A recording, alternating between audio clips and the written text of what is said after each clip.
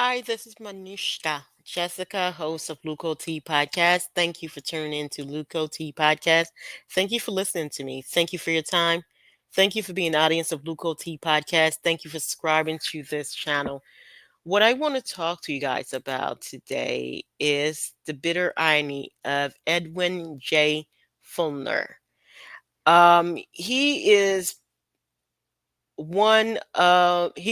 the intellectual grandfather of Project 2025. Today is July 21st, 2025. He has passed away at the age of 83. Now, the reason I'm bringing that up, I find it to be so hilarious and very ironic, and life has a wicked sense of humor. He has devoted his time. This is the guy that was behind Reaganism, and he spent a lot of his energy talking about 2025. But apparently, he didn't realize that Project 2025 was the project, his expiration, you know, of what he was talking about. So this is not just a death. This is an ideology expiration. I mean, this man has scalped this fantasy of an all-powerful executive purging, and bureaucrats, deep state returning woman to home, not j- not even living to see if it works. The man who believed history was a tool, not a teacher, dies at the moment history come back with a ruler in his hand. You know, he didn't just write a plan, man. He branded a war against modernity, against pluralism, against dissent, you know. And what is more pathetic than General fallen dead before the battle trumpet sound? So basically, he won't see if the monsters orders, he won't see if the monsters that he had groomed, if they obey his order. He won't see if the regime he engineered honors his ghost or erase him for being too soft, too old, too moral, m- too mortal. He was too mortal, man.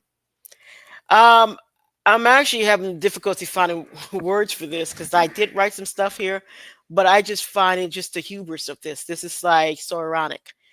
This is very, very hubris for me. I guess the actual 2025 project was his death, you know. So that's just what I keep, like, whoa, you know. Project 25 isn't just a policy, isn't just a policy document. It's a declaration of war against America's future. The irony of its main architect dying as it begins is almost biblical. Moses never reached the promised land, but at least he wasn't designed to, you know, to gallop. Uh Fulner doesn't ascend. He vanished into the mouth of the machine he built, swallowed by history indifference. What greater humiliation than dying on the launch pad of your own vision? You wrote 900 page of authoritarian gossip. Gather the henchmen, raise the flag, and then poof, gone. No front row seat, no legacy guarantee, just a death certificate printed the same year as your political death, wish for a country you claim to love. This is the indifference between man and myth. Myth rise, man not. The myth Froner tried to build of restored righteous, reactionary American may live on, but he dies like the rest of us, vulnerable, human, unfinished. The very authoritarian order he dreamed of would not mourn. It would move on without blinking because, in his own vision, people are replaceable, even architect. He wanted to be remembered as a builder, a, a conservative oracle. But he dies in 2025. The only legacy written in bold would, will be the irony. The prophet didn't live to see his prophecy. The kingmaker missed coronation day. The manipulator of the system died just before the gear began to turn. He orchestrated overture, but death cut the power before the curtain lifted. Let that be a warning to every would be tyrant and backroom messiahs. You are not exempt from the limits of flesh. You cannot outplan the grave. You can code immortality into policy. Fuller may have believed that ideas live on, but not all ideas deserve to. Some dies as they are born, ugly, dangerous, and unnecessary. So, yes, the irony is rich, cruel, hilarious, that dark, divine way. A man spent his whole life building a fortress to trap the future in. As he lock, click, shut, he's already a corpse. Full final act may be the clearest proof yet that history has a sense of humor. A sick one, maybe, but a brilliant one nevertheless. How about that? This guy didn't get a chance to see his project roll out. He left.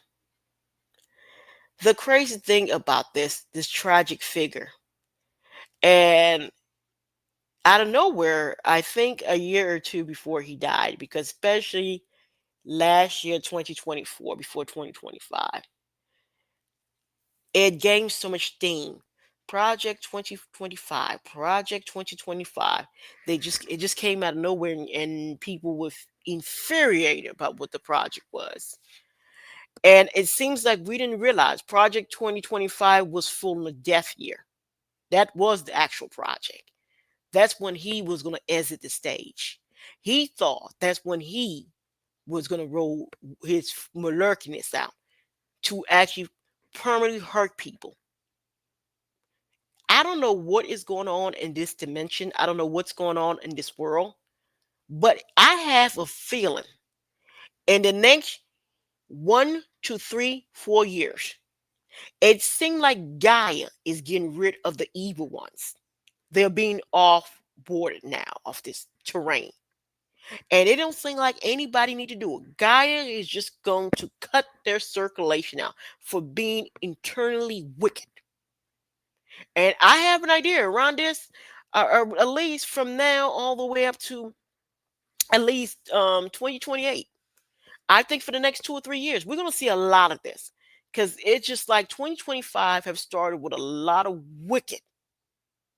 And I can even go as far back and say 2020 is the year when a lot of wicked people just poof, be gone. And I have an idea for the next 5 years, we are going to see some of the monsters creators and some of the ones that have been given a lot of problem if we are going to ascend collectively as a being.